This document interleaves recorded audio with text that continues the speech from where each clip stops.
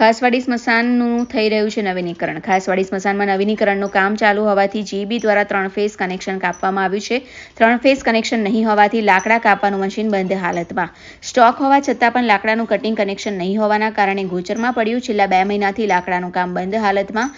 Raopura GB Navlakhi જીબીને કામ સોંપે છે અને નવલખી જીબીએ રાવપુરા જીબીને કામ સોંપે છે.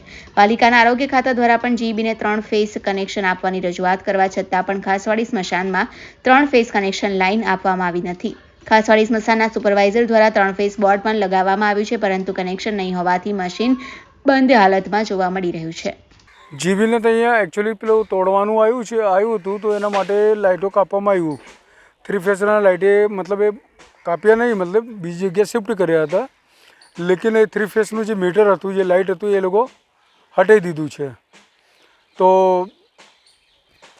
અમને જો અમારા 3 ફેઝની જરૂર પડે છે, તો અમારી મશીન બી થઈ પડી છે લાકડા ફાડવાની. તો લાકડા ફાડવાનું એટલું તકલીફ પડે છે 3 ફેઝ કનેક્શન આપવાનું. તો અમે જીબીને બી રજૂઆત કર્યું, નવલખીને બી રજૂઆત કર્યું, તો રોજે આવીને જોઈને જતા રહે છે. તો નવલખીવાળા જીબી ઉપર ડોલે છે, જીબીવાળા નવલખી ઉપર.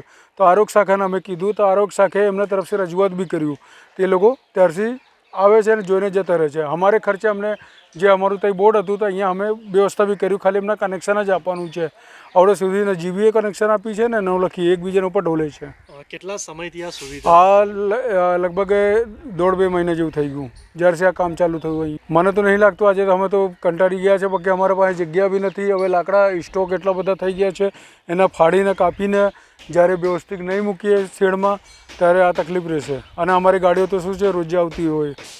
શું નામ છે આપનું? Anurag Pandey, Jalaram trust supervisor.